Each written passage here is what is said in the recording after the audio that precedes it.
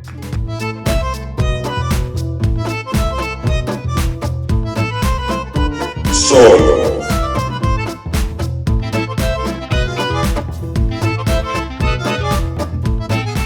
Yo! Salut à tous et bienvenue dans ce solo qui va être aujourd'hui consacré à Le fabuleux destin d'Amélie Poulain. Alors il a été réalisé par Jean-Pierre Jeunet en 2001, Jean-Pierre Jeunet à qui on doit entre autres Délicatessen, La Cité des Enfants Perdus, Alien Résurrection, ce film-là, Un long dimanche de fiançailles, Micmac attire l'arigot et plein d'autres. J'en ai quasiment vu aucun.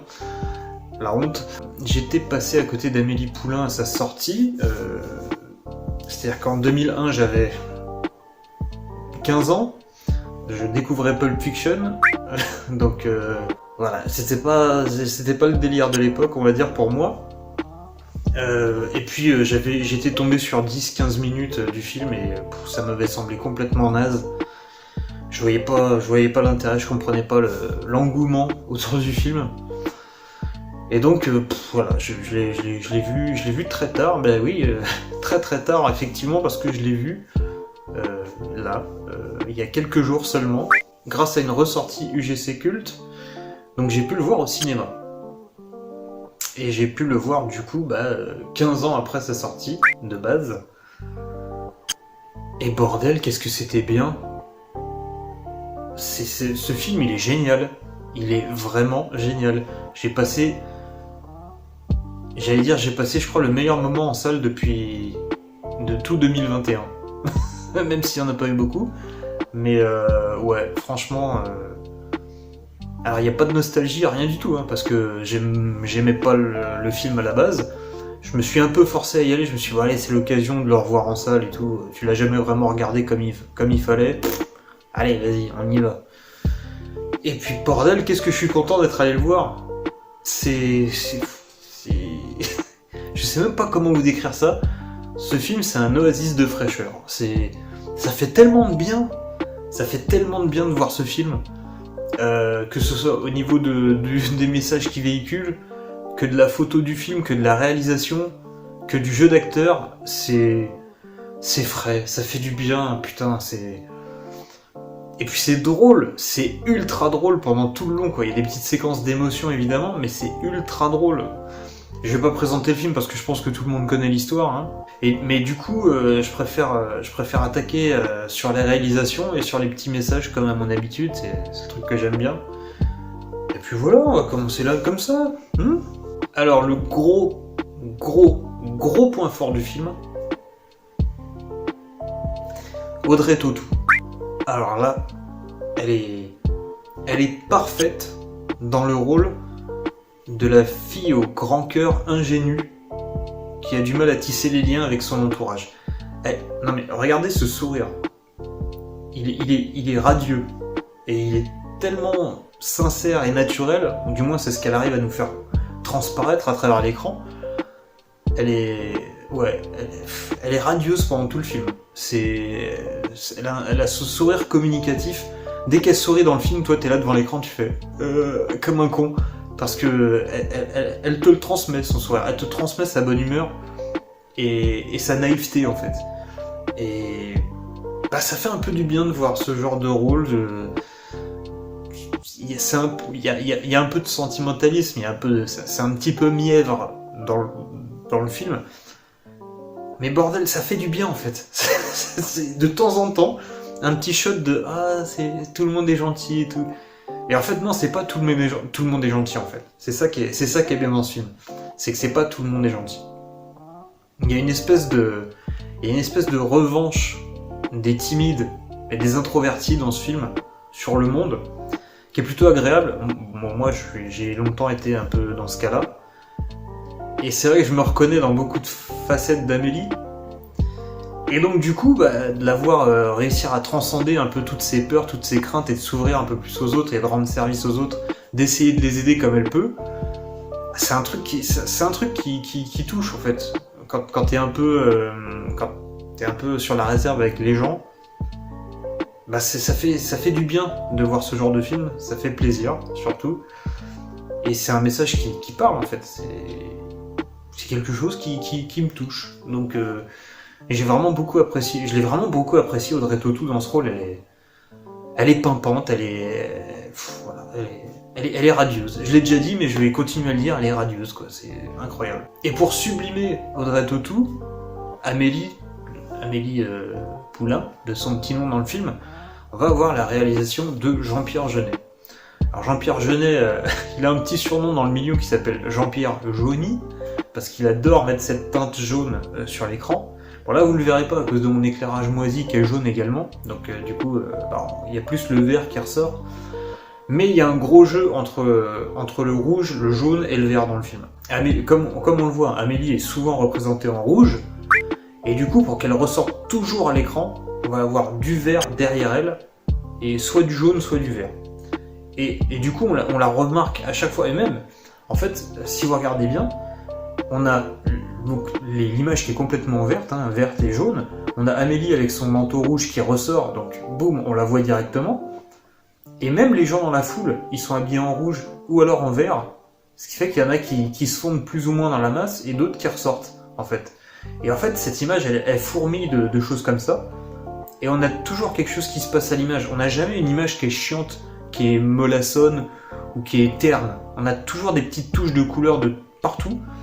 Pour exprimer, en fait, ça se passe à Montmartre. Donc en fait, c'est Paris, c'est une ville qui bouge tout le temps, qui est vivante. Et en fait, du coup, on ressent ça grâce à l'image de Jeunet, quoi. On a toujours ces petites touches de rouge qui appellent l'œil par-ci par-là, sans jamais parasiter l'image. C'est toujours des petites touches par-ci par-là. Et donc du coup, ça donne vraiment une impression de monde vivant derrière Amélie, sans dénaturer, sans accaparer l'œil. C'est-à-dire qu'il y a des rappels de touches de couleur qui sont sur Amélie, mais du coup, comme Amélie, elle prend vraiment la place à l'écran, on remarque ces petites touches sans jamais qu'elles accaparent notre regard. Et ça, je trouve ça énorme. Il y a une maestria dans ce film, à ce niveau-là. C'est assez incroyable, quoi.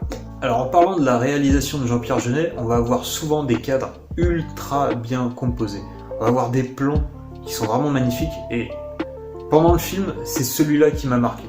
Vraiment, quand j'ai vu ce plan-là, je me suis dit, waouh, c'est un truc de ouf. Au niveau des lignes de fuite, de la profondeur de champ, on a vraiment un truc magnifique. On a tout ce vert ambiant. On a déjà le sol qui est mouillé, donc ce qui fait que ça nous fait des petits reflets. Vous voyez par exemple la porte au fond là, elle se reflète sur le sol, et en fait on a tout un tas de reflets sur le sol. C'est pour ça qu'ils mouillent les sols dans les films en général, c'est pour avoir des reflets et qu'on ait une image plus intéressante et moins terne. Et donc du coup, face à ce vert ambiant, comment refaire sortir Amélie? Eh ben, c'est simple, on va l'habiller en rouge, et comme elle est petite dans le cadre et dans l'ombre et qu'on la voit pas vraiment, on va jouer sur la lumière jaune du photocopieur qui l'éclaire en plus de tout cela.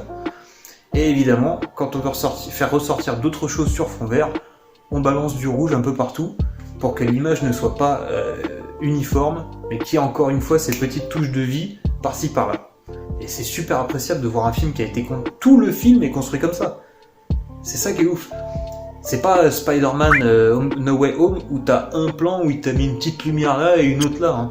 Non. Là, tout le film est comme ça. On n'est pas chez John Watts.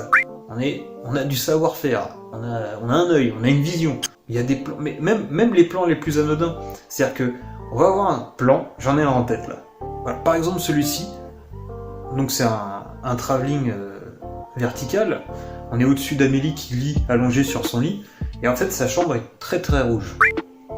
Et donc, on a le sol qui est rouge, le matelas qui est dans les rouges, elle qui est habillée en rouge, parce que le rouge c'est sa couleur, c'est la couleur de la passion, des émotions fortes, etc. Et donc, sur ce travelling vertical, pour faire ressortir un petit peu Amélie du décor, parce qu'il y a du rouge sur du rouge sur du rouge, et ben Jeunet il va mettre un petit coussin vert sous Amélie. Du coup, bim, directement elle ressort directement à l'image. Et en plus, on a cette petite ombre verte qui doit être sûrement la lumière qui se reflète du coussin sur le matelas. Et donc du coup, encore une fois, elle ressort du cadre complètement. C'est des petites attentions comme ça qui montrent qu'en fait, il y a un travail de fou sur tout le film. Pareil, un autre plan que j'ai pris au pif, vous voyez, le fond est vert, et donc du coup, pour faire ressortir Amélie, elle a ses gants rouges, Elle a son pull qui est rouge, donc là, bon, vous le voyez marron, mais c'est à cause de mon éclairage, mais il est bien rouge. Et puis on a plein de petites touches de marron, rouge, etc. pour que ça ressorte du cadre vert autour d'elle. Voilà, donc je pourrais prendre n'importe quel plan du film, c'est toujours comme ça. Et t'as des cadres, encore une fois, qui sont ultra bien travaillés. T'en as une où elle lit un album sur les marches d'une station de métro. Et bah pareil, l'image est verte, elle est en rouge, elle a son petit bouquin vert sur sa robe rouge. Tout est fait pour que tout soit ultra lisible à chaque fois. Et jouer sur ces 3 couleurs, hein, toujours. Jaune, vert, rouge. Je sais plus, il me semble que c'est basé sur la couleur d'un drapeau, je me souviens plus lequel exactement. Mais voilà, il y a un délire là-dessus, je crois. J'aime y voir également le côté passionnel de la couleur rouge. Et évidemment, comme le rouge et le vert sont opposés, ou complémentaires, et bah pour faire ressortir le rouge à l'image, tu l'entoures de vert, et vice versa. On va avoir également une métaphore que j'adore particulièrement dans ce film, ça va être autour du père d'Amélie. Le père d'Amélie, depuis qu'il a perdu sa mère, il vit recroquevillé sur lui-même, il vit plus vraiment en fait, tout simplement. Et en fait, Amélie arrive à lui faire dire qu'il aurait aimé voyager plus jeune, avec sa mère, et malheureusement, il pouvait pas à cause d'Amélie. C'est toujours sympa d'entendre ça de la bouche de tes parents. Et du coup, voilà, la mère est morte, Amélie est grande maintenant, donc en fait, il a plus rien qui la rattache ici. Mais il vit dans sa tristesse et il a peur de voyager tout seul. Et en fait, il y a une métaphore du père avec sa grille, la grille de son portail. Il va y avoir plusieurs plans où on va le voir constamment derrière sa grille. Il y a même des plans où carrément tu vois la grille sur son visage pour te montrer qu'il n'est pas encore prêt à sortir et à voyager. Et bon, le film a 15 ans maintenant. Quand enfin il passe cette putain de grille, t'es super content. T'es super content parce que ça fait plaisir. Tout simplement, en fait, c'est du bon sentiment, mais tu vois ce mec qui est malheureux depuis des années, et puis tu vois qu'enfin, grâce à sa fille en plus, parce qu'elle met en place des stratagèmes pour aider tous les gens autour d'elle, et c'est ultra malin, c'est ultra drôle à chaque fois. Le coup du nain de jardin. Putain, mais quand j'ai vu les photos, j'ai trouvé ça absolument génial. J'ai trouvé ça génial. Parce qu'en fait, le délire, c'est qu'il est sur le mausolée de sa femme, il lui a mis un nain de jardin. Et en fait, Amélie, pour le pousser à voyager, elle lui choure son nain de jardin. Et en fait, elle le file à une copine qui est hôtesse de l'air et qui lui fait poser devant des monuments. Et elle prend des photos du nain. Sauf qu'en fait, elle lui a pas dit. Elle lui a fait juste remarquer un jour que son nain a disparu. Et il se met à recevoir ces photos-là. Et t'as le père, et là il fait je comprends pas. Et c'est pour ça qu'on le voit souvent derrière la grille, c'est parce qu'en fait il tilte pas. Que c'est un message pour l'inviter à voyager. Déjà c'est drôle, et en plus c'est une belle métaphore, je trouve. C'est que maintenant, en fait, ce qui te retenait ici, ta femme, elle n'est plus là, donc en fait, tu peux voyager maintenant, tu peux profiter, tu peux faire les choses que tu avais envie de faire et que tu pouvais pas jusque-là, quoi. Et, et j'ai trouvé l'idée du nain de jardin complètement géniale. Mais il y a tout un panel de personnages qui est vachement attachant, en fait, toutes les personnes qui travaillent avec Amélie dans le bar. On a Isabelle Nanty en hypochondriaque. On a Dominique Pinon, que j'ai croisé une fois dans un aéroport, qui m'avait fait bien marrer parce que j'avais 16 ans. J'étais avec mon père, on partait en voyage, et en fait, je l'ai vu de loin. Et moi, je le connaissais d'Alien Resurrections. Et je le vois de loin, et j'ai fait juste ça. Il m'a regardé, il a fait. Et il a tracé sa route, parce qu'il devait partir aussi, lui, de son côté, je pense. Et il a dit, me casse pas les couilles, en gros, laisse-moi tranquille. Mais du coup, voilà, moi, j'ai apprécié le petit clin d'œil avec le.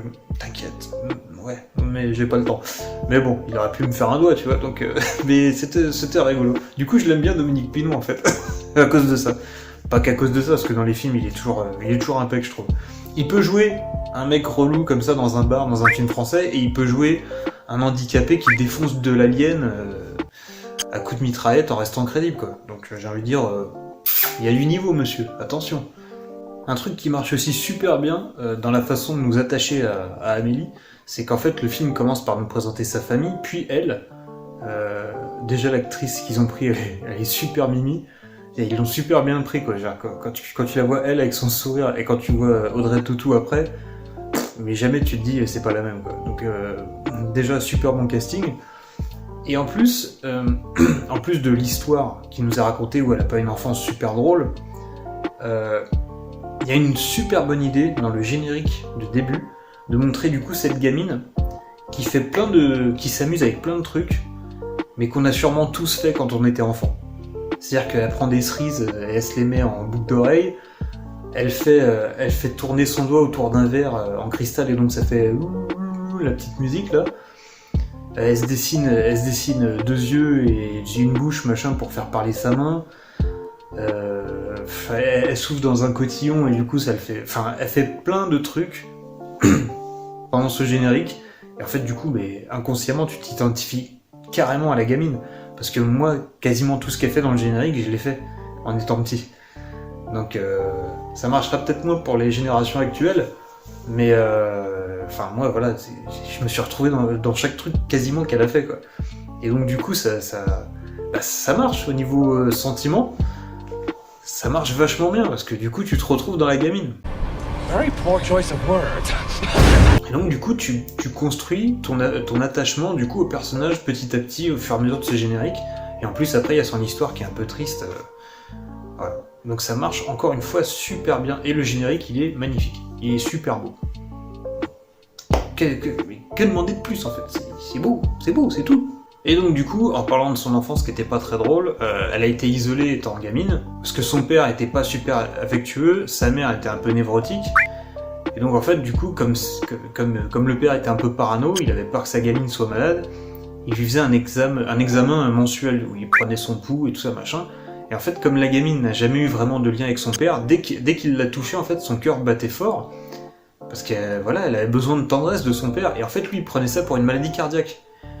Donc en fait, il l'a empêché d'aller à l'école, il l'a empêché de faire du sport, des trucs comme ça.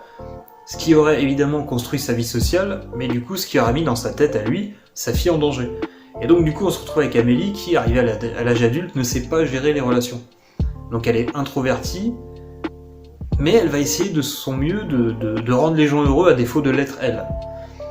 Et donc du coup, on a ce film qui est vraiment une ode aux gens originaux, tout simplement. Parce que dans la vie de tous les jours, les gens aiment beaucoup pointer du doigt en disant « Ah, lui, il est bizarre, ah, lui, c'est un solitaire, il traîne toujours tout seul, elle est chelou et tout machin. » Dès que quelqu'un sort un peu du moule. Et de moi, ce que j'ai constaté dans ma vie, c'est ces gens-là qui sont le plus intéressants, en fait. C'est des gens qui pensent autrement que la masse, qui ont une vraie réflexion en général, qui ont un vécu qui est toujours très riche. Et en fait, du coup, ces gens-là, ils ont compris que la popularité, tout ça, on s'en fout, en fait. Ils préfèrent être restés dans leur coin, parce qu'ils ont compris que les 3/4 des gens, ils sont cons, en fait. Et du coup, c'est le genre de personnage qui me parle, je vous avouerai. Et enfin, j'ai envie de dire, enfin, on est en 2002, hein. Enfin en 2001, hein. On est bien avant les Big Bang Theory et tout qui mettent les geeks sur un piédestal limite, en faisant des gens cool, alors que à cette époque-là, les gens renfermés, introvertis, tout ça, c'était mal vu limite quoi. C'était genre ils sont bizarres et tout. Donc là, ça fait plaisir d'avoir un film comme ça. On te dit non, c'est des gens comme tout le monde en fait. C'est juste que ils sont dans leur monde et ils ont leurs rêves, ils ont tout ça, mais ils sont peut-être pas aussi à l'aise que les 3/4 des gens pour vraiment s'exprimer et tout ça. Donc ça fait du bien en fait de ce genre de film. Et en plus, c'est pas du misérabilisme parce que c'est quelqu'un qui va tenter de transmettre en fait cette timidité, cette peur d'autrui en sortant de sa zone de confort. Et c'est très bien, c'est un super beau message pour tous les gens qui sont un peu réfractaires au contact humain, qui ont peur de ça, tu vois. C'est vraiment un super beau film. Là-dessus, c'est vraiment super beau. Et du coup, ce qui est encore plus beau, c'est que Amélie va assumer sa différence, et du coup, c'est ça qui va faire qu'elle va rendre les gens autour d'elle heureux. Donc le message, c'est crois en toi, même si t'es différent, c'est cette petite différence qui fera peut-être le bonheur autour de toi, et par ricochet, le tien. C'est pas pour rien que Amélie adore faire des ricochets. C'est qu'un petit événement, ça va créer des ondes autour d'elle, et le bonheur il va se propager, tu vois. Et du coup, forcément, au bout d'un moment, à force de propager tout autour de toi, l'onde elle revient vers toi. Et donc du coup, t'es touché également à la fin par ce bonheur que tu transmets depuis le début. La métaphore, elle est trop bien. La métaphore, elle est trop bien. J'adore. Ça fait chaud au cœur en fait. C'est un super beau film, encore une fois, je le répète. Voilà, c'est intelligemment fait, c'est beau visuellement, c'est très bien joué. Et le message, il est génial, quoi. J'adore, vraiment j'adore. Et du coup, le petit truc en plus qui surprend, c'est qu'on va avoir des effets spéciaux. On a un plan avec la petite qui, privée de relations sociales, va s'imaginer un ami imaginaire, une espèce de yeti poule d'eau, là, je sais pas quoi, qui est... Enfin voilà, on a ça, on a... à un moment, elle a le cœur brisé, enfin, c'est pas qu'elle a le cœur brisé, mais en fait, elle a pas le courage d'aller voir un mec qui lui plaît, et donc du coup, en fait, quand il part, elle se liquéfie, mais littéralement, c'est-à-dire qu'on la voit à l'image se transformer en flaque d'eau et ça tombe. Et pour 2002, l'effet spécial, il est super bien rendu. On est dans un film français, hein. Et franchement, ça défonce. Il y a ça, il y a aussi un moment, elle pique une clé, elle la fout dans sa poche. Et en fait, quand elle se retourne vers la caméra, on voit la clé qui rougeoie dans sa poche pour nous dire ping ping, la clé elle est là. Et même chose, à un moment, elle croise le garçon en question. Et la première fois qu'elle le voit, en fait, elle se retrouve face à face à lui. On a le plan qui descend sur sa poitrine et on voit son cœur qui se met à battre, tout, et hop, ça revient sur elle. Et il y a des petits effets spéciaux comme ça qui sont super bienvenus et qui amènent une petite couleur en plus au film et qui fait passer des idées en fait, tout simplement. Et c'est super bienvenu et ça m'a surpris parce que je m'y attendais pas du tout. Et c'est rafraîchissant, comme tout le film en fait, tout simplement, quoi. En termes de réal, ce qui va être aussi vachement intéressant, c'est qu'on va, à un moment, elle va prendre le métro. Et on va avoir, voilà, on a les secousses du métro avec la caméra pendant qu'elle voyage. Et rien que ça, du coup, c'est vachement immersif. Et du coup, on est avec elle pendant la scène, quoi. Même si ça dure que quelques secondes, on est avec elle pendant ce transport, on ressent les secousses du métro avec elle, quoi. Et on a également aussi un plan débulé, je crois qu'il y en a même deux, parce qu'il y a 2 fois cette scène à un moment. On a un plan débulé, c'est-à-dire que on va avoir le patron de Jamel, parce qu'il y a Jamel aussi dans le film, qui est vachement dur avec lui, parce que il est un peu lent, le personnage de Jamel, il est un peu lent, même si c'est quelqu'un de très gentil et plutôt intelligent qui se pose des questions, mais c'est quelqu'un qui est un peu lent, et un peu très réservé. Et donc du coup son patron il arrête pas de lui aboyer dessus, machin, et Amélie elle aime pas ça. Et à un moment il va l'insulter en public, et du coup elle va se venger. Elle va réussir à choper sa clé, donc c'est le coup de la clé dans la poche comme je vous disais avec l'effet spécial là. Et elle va retourner chez lui et en fait elle va mélanger, je sais pas, son dentifrice avec de la cire à cheveux ou je sais pas quoi. Il a une poignée qui s'ouvre comme ça, enfin vraiment avec le manche comme ça, on appuie comme ça et on ouvre la porte. Et de l'autre côté, c'est une poignée ronde. Et donc en fait, elle va inverser les deux, ce qui fait que le matin, quand il se lève, en fait, il veut ouvrir sa porte comme ça, et limite, il se casse la gueule parce qu'il s'attend à trouver la poignée en longueur, et en fait, elle l'a remplacée par la poignée ronde. Et donc en fait, voilà, donc ça, elle a remplacé la poignée ronde. Et en fait, on a un plan débulé, parce qu'en fait, le mec, il est chez lui, mais il sent qu'il y a un truc bizarre. Donc en fait, le plan se débule pour nous dire que, ah ouais, attention, là, il y a un truc qui est pas normal. Et rien que là-dessus, il y a une idée de mise en scène, encore une fois. Là, juste par le mouvement de caméra, on nous dit, ouais, il se passe un truc particulier à ce moment-là. Et c'est top, quoi, c'est vraiment cool, quoi. Et il y a une autre idée de réalisation que je trouve vraiment énorme. Ça va plus être sur le son, là. Du coup, je pourrais pas vous le montrer.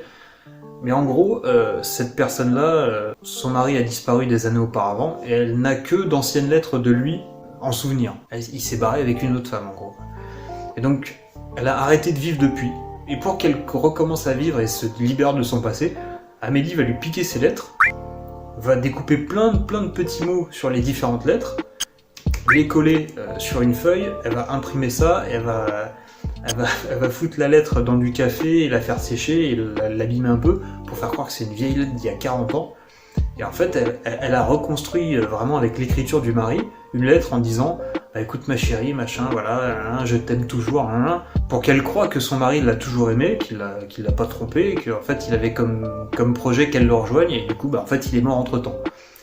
Donc c'est un mensonge, mais ça va libérer ce personnage-là, qui est dans sa tristesse depuis des années. Et ce qui est vachement intéressant, c'est que quand elle lit la lettre, on a donc la voix, en voix off, on a l'acteur qui est censé jouer le mari. Et en fait, je sais pas comment vous expliquer, comme c'est des bouts de phrases qui ont été collés les unes aux autres, on va avoir des intonations qui sont pas du tout naturelles, avec des ambiances sonores qui changent à chaque fois qu'on est sur un morceau de phrase différent. C'est-à-dire qu'il va dire « Oh ma belle machine, aujourd'hui j'étais malade ». Vous voyez, le ton n'est pas bon, et en fait, à chaque bout de phrase, il va y avoir une ambiance sonore différente, pour montrer qu'il a écrit ça à des moments différents, mais que Amélie a tout recollé pour faire des phrases qui se tiennent. Et ça, j'ai trouvé ça super stylé, j'ai trouvé ça génial, quoi. En termes d'ambiance, j'ai trouvé ça excellent. Et il y a une scène que j'adore, tout particulièrement. Ça va être une scène où en fait elle est en train de cuisiner, et en fait elle s'imagine que l'homme qui lui plaît va venir lui rendre visite. Donc encore une fois, on a le côté rouge et le côté vert pour la faire ressortir elle au milieu. Et en fait, ce qui est drôle, c'est qu'il y a une espèce de petite bulle sur le côté gauche de l'écran, où en fait il y a ce qu'elle fantasme. Et sur le côté là, on a ces espèces de vieux rideaux en perles là, je sais pas quoi, que mes grands-parents ils avaient aussi. Ce qui va être à la fois cool en termes de réel et ce qui m'a fendu un peu le cœur dans le film, je l'avoue, c'est qu'en fait, dans ce qu'elle s'imagine, on va voir donc le personnage joué par Mathieu Kassovitz, qui est cet homme qui lui plaît tant, qui va rentrer dans son appart et qui va frôler en fait ce petit rideau en perles, et donc ça va faire du bruit. Voilà, donc on le voit qu'il approche, il rentre dans l'appart, on le voit elle s'imagine, donc ça la fait sourire, et en fait on voit qu'il passe sa main, mais dans la réalité, le truc il bouge, et on se dit putain il est là, c'est génial, et en fait c'est son chat. Et là, quand tu vois sa réaction, ça fait mal au cœur. Ça fait vraiment mal au cœur, mais c'est ultra bien construit pour que tu sois avec elle dans la scène. Et c'est pour ça que l'émotion elle marche autant, c'est que t'étais dans sa tête, t'as fait un raccord imaginaire-réalité qui a été détruit tout de suite. Et ça fait mal au cœur, mais ça marche d'enfer, parce qu'il y a une idée de réel derrière. C'est ça qui est ouf. Tout s'emboîte bien. C'est ultra bien bossé et travaillé. Et encore une fois, voilà, avec sa petite robe verte là, sur le fond rouge, elle ressort ultra bien à l'image. On va terminer sur la musique du film, qui est incroyable. Elle est incroyable. Il y a des morceaux au piano dans ce film, ils sont... c'est un régal pour les oreilles. C'est un régal, ça accompagne ultra bien les scènes. Et en sortant de la salle, je les avais en tête. J'arrivais à les resiffler. Et j'écoute que ça depuis que je suis sorti de la salle. Je l'ai vu il y a 4 jours. J'ai déjà vu le film 3 fois. Donc c'est le meilleur film que j'ai vu en 2021. Donc voilà, j'ai envie de dire, la messe est dite. Il est parfait sur tout ce qu'il fait. Même les setup payoff, c'est-à-dire que il n'y a rien qui sert à rien dans le film. Toutes les petites situations, même 3 quarts d'heure après, vont servir à quelque chose. Et c'est là que tu vois que le mec a bossé son scénario, a bossé ses situations. C'est encore une fois un tout s'emboîte, mais parfaitement. C'est incroyable. Le film, il est génial. Voilà. J'ai pas grand chose d'autre à ajouter. Je crois que je parle déjà assez longtemps. Si vous l'avez pas vu, j'allais dire honte sur vous, mais le mec il l'a vu il y a 3 jours. Mais franchement, si vous l'avez loupé, mais regardez-le. C'est un oasis dans le désert de déshumanisation qu'on vit en ce moment. Ça redonne limite la foi dans les gens. Limite. Mais non, ça fait du bien. Ça fait vraiment du bien ce genre de film. J'ai ri Mais j'ai ri tout le long. J'ai ri tout le long. C'est... Les petits vieux au début, quand elle cherche le mec, la Rodotto, là, je sais pas quoi, là, le petit vieux, il est génial. Le coup des nains de jardin, c'est génial. C'est... Quand elle donne des... Quand elle dit à Mathieu Kassovitz, ouais, suivez les flèches bleues. Et déjà toute la sous-intrigue avec le mec au Converse rouge, elle est top. La raison pour laquelle ça se passe aussi. Et en plus, la voix qu'elle prend au téléphone pour pas qu'on la reconnaisse. Monsieur Cracamprin. Franchement, elle m'a tué. Elle est trop drôle à ce moment-là, je trouve. Voilà, enfin je veux dire, je crois qu'il n'y a pas beaucoup de solos où j'ai la banane comme ça pendant tout le truc. Voilà, c'est communicatif. Merci Audrey Tautou. C'est encore une fois, c'est rafraîchissant. J'arrive même pas, je sais même, j'en perds mes mots tellement je suis. Ça m'a ému, ça m'a fait rire, ça m'a fait chaud au cœur. C'est une petite bulle. Voilà, j'ai été pendant 2 heures, j'étais dans ma petite bulle et j'étais bien. Franchement, je ne peux que vous conseiller de le voir ou de le revoir. C'est un petit bijou ce film. C'est un petit bijou. Et j'en discutais avec un pote qui s'y connaît en ciné et il me disait qu'il a cartonné aux États-Unis et que justement il est sorti peu de temps après le 11 septembre, là-bas. Mais je comprends tout à fait pourquoi il a autant marché là-bas, quoi. Parce que après le 11 septembre, tu vois ça, oh, ça doit être tellement apaisant, tu vois, c'est... Voilà. Donc, le fabuleux destin d'Amélie Poulain, c'est magique. C'est tout. Voilà. On se laisse là-dessus. Ciao.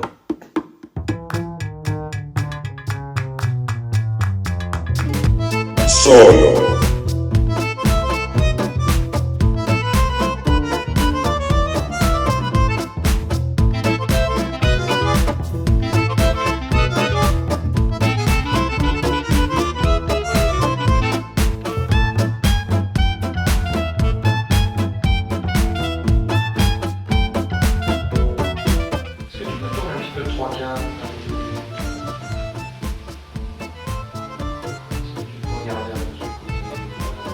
Je ne sais pas quel est mon meilleur profil.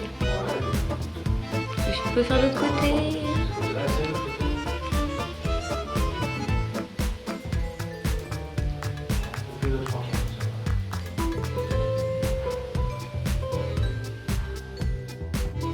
Je sais qui a connu des photomatons, monsieur Quincampoix. C'est un fantôme. Nul ne peut le voir, monsieur Quincampoix. Il n'apparaît que sur la surface sensible de la pellicule. Quand des jeunes filles se font faire le portrait, ils se penchent à leur oreille et fait « Ouh » en leur caressant tout doucement la nuque. Certaines prennent peur et s'enfuient avant le flash. C'est là qu'ils se fait prendre. Monsieur Quincampoix.